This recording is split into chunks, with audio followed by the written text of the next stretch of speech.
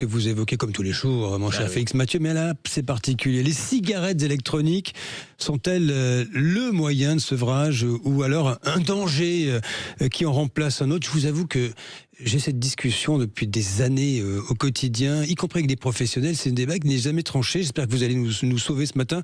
Les liquides de vapoteuses pourraient coûter plus cher.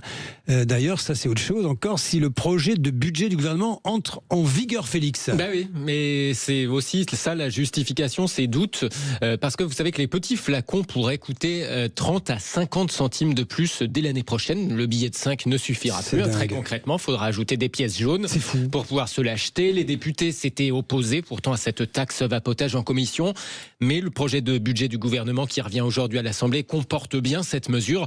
Les professionnels voient rouge, ils dénoncent effectivement un mauvais signal en termes de santé publique pour ce qu'ils considèrent souvent comme une méthode de sevrage. Et encore, cette taxe vapoteuse, elle aurait pu être encore plus importante, puisqu'elle avait déjà été envisagée l'année dernière. Mais ça, c'était avant la chute du gouvernement Barnier. C'est déjà l'histoire ancienne.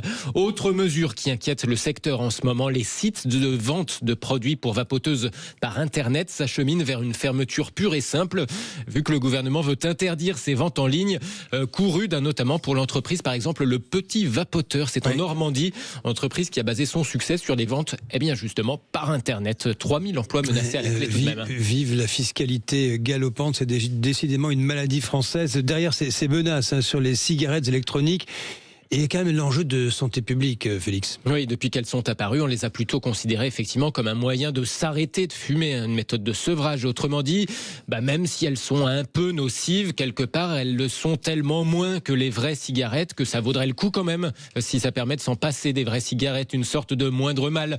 Le choix entre la peste ou le rhume, passez-moi l'expression. En vapotant, on inhale de la vapeur, pas de la fumée. Mais cette vapeur contient, des produits chimiques potentiellement toxiques à long terme, nous disent pas mal d'études, glycérol, formaldéhyde. Une récente étude britannique parle même de risque de démence, de défaillance d'organes, de défaillance cardiaque à long terme à cause de la vapote, car les vaisseaux sanguins des gros vapoteurs se dilateraient moins bien.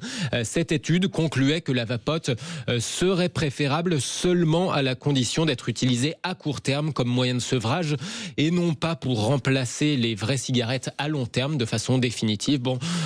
À trancher en tout cas, certains reprochent aux vapoteuses d'être aussi un premier pas vers le tabagisme. Pour certains jeunes, c'est un autre reproche qui leur est fait. Et bonjour à vous, docteur Bertrand Dottenberg.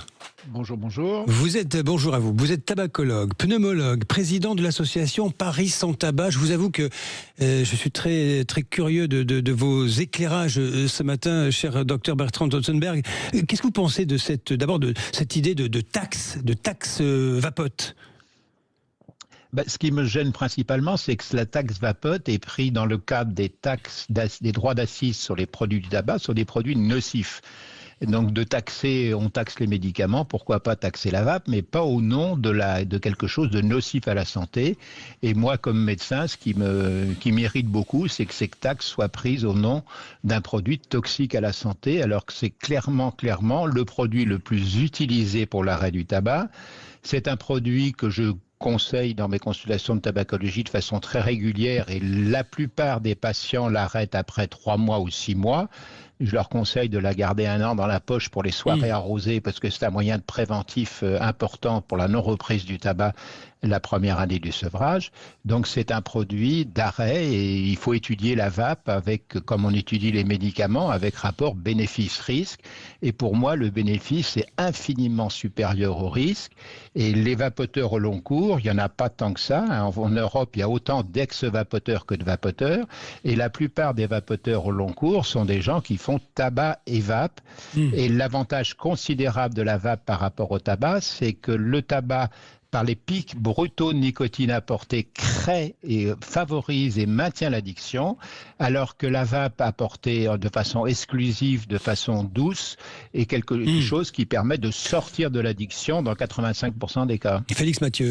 C'est-à-dire que vous défendez la vape comme méthode de sevrage, pas comme quelque chose qui remplacerait la cigarette traditionnelle de façon définitive, en se disant dépendant pour dépendant, mieux vaut quand même vapoter. Non, les gens qui sont dépendants à la nicotine et qui passent à la vape, moi je le fais de façon quotidienne. Le premier mois de traitement, ils ont 3 ou 4 milligrammes de nicotine par jour par cigarette prise par la vape. Et puis au bout de 1 mois, ils n'ont plus que 2. Et puis au bout de 2 mois, ils n'ont plus que 1. Et au bout de 3 mois, ils n'ont plus besoin de nicotine et la plupart arrêtent la vape. Donc la vape est vraiment un produit de sortie du tabac si on guide bien les gens, si on aide bien les gens.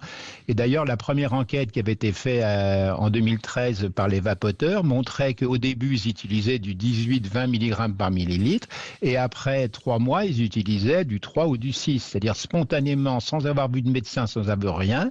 Le nombre de récepteurs nicotiniques au niveau du cerveau diminue et ça diminue pas non seulement la consommation, ça diminue la consommation de nicotine parce que ça diminue le nombre de récepteurs nicotiniques qui crient famine de nicotine au niveau du cerveau. C'est un vrai produit de curage chez 85% des gens. En revanche, 15% des gens restent dépendants de la nicotine après l'arrêt du tabac. Avant la vape, ils croquaient des gommes Nicorette ou d'autres marques, des gommes à mâcher pendant des années, et maintenant ils prennent la vape. Mais c'est un petit nombre de patients qui, pour l'instant, ces 15% de patients sont très peu étudiés. On n'a pas étudié les raisons qui font qu'ils restent dépendants, à mon grand regret. Et merci pour cet éclairage. Juste une donnée chiffrée, si vous l'avez, je ne sais pas si elle existe vraiment. Est-ce qu'on sait combien de gens vapotent dans notre pays? J'ai demandé au chat qui m'a dit 3 millions, docteur Bertrand Dotzenberg. Est-ce qu'on sait dépend vraiment? C'est les gens qui vapent une fois ou les gens qui vapent plus souvent, mais on est au niveau de l'Europe, on est à 3%. En France, on est à peu près le double, parce que en France, la vape est beaucoup utilisée pour l'arrêt du tabac. Il y a des pays où elle est taxée, interdite, on interdit les arômes. Et interdire les arômes aussi, c'est un autre projet qui est dans les tuyaux. Aux États-Unis, ça a été fait. L'interdiction des arômes dans les États américains où ça a été fait, c'est accompagné d'une chute importante du nombre de ventes de liquide, mais c'est accompagné d'une explosion de ventes de cigarettes, témoignant, s'il en était besoin, que la vape est vraiment un produit de remplacement de la cigarette. Merci à vous, docteur Bertrand Dotzenberg, tabacologue, pneumologue et président de l'association Paris Sans Tabac pour cet éclairage. Merci Félix Mathieu. Dans un instant, à 9h.